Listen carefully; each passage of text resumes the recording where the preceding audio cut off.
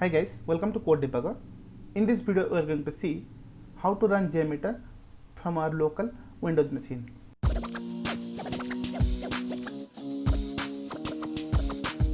Press the bell icon on the YouTube app and never miss any update from the Code Debugger. So, first we need to download the zip file of the JMeter, which is provided by Apache. We need to go to the Apache site and we need to download the JMeter file. So this is the binary we need to download, JMeter 5.4.1, the current version. This you need to download. This I have already downloaded here. If you see here, this is the download Apache JMeter 5.4.1.zip. So let's go to the location and this file we need to extract here.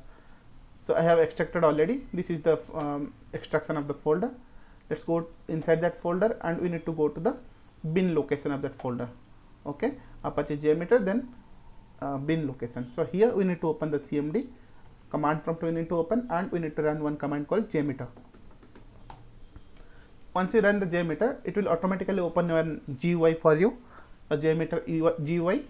So here if you see, there are so much options you will get, but now we will only concentrate on basic things like how to run a normal get HTTP method using JMeter. Okay, so let's create a test plan first. Inside test plan, we need to add one thread group first because you need to run through threads, right? So here if you see here, there are different options you will get, like how many threads you want to run, what is the let's say I want to run 100 threads, then what is the ramp up time. Ramp up time means within how much second or how many minutes it will ramp up to 100 thread. Okay, so what is the loop count, like how many times every thread will loop. Those we no need to worry about that. I will cover that in let's whatever is default we'll go with that. Okay, for now. So basic things we are going to see here. Okay, so let's go to thread group and we'll add here the HTTP request. So let's say the HTTP request name is so I have one URL that is I guess the W3 school URL. Here we will get, if you will call to this endpoint, we will get some information about some records we will get here. Okay, so let's hit to this endpoint and we'll get whether we are getting this response or okay. Let's copy this URL.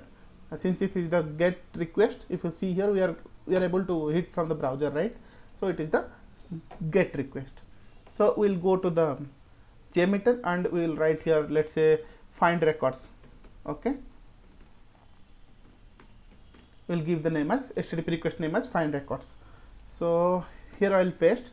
So HTTPS is the protocol. We need to give here, no need to give here. Okay, so here we need to give the base URL, like the server name or IP. So base URL is up to www.w3school.com. okay, so now the path is /angular/php. okay, now we'll save this one. Let's say I will save here. What we will do now, we need to check whether we are getting the correct response or not, whether we are getting 200 response code or not. Okay, how we will check? We need to add one assertion for that.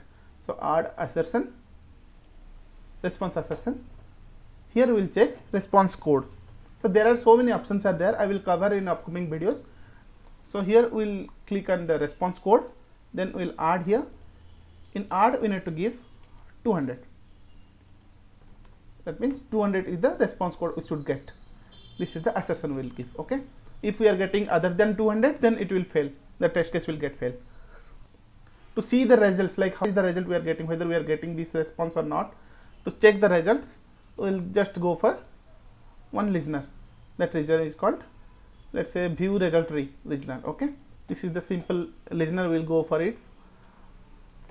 So now we need to run this one. Okay, so let's run this. Let's see whether we are getting the correct response or not. If you see here, here it is showing as green. That means the success response we got. Okay, and the response code is 200. Response message is okay. Okay, so if you see in response data, we will get the number of records. Whatever we are getting here, the same get inside Apache JMeter. Okay, so since it is only the basic functionality, I'm not going very deep in this current video.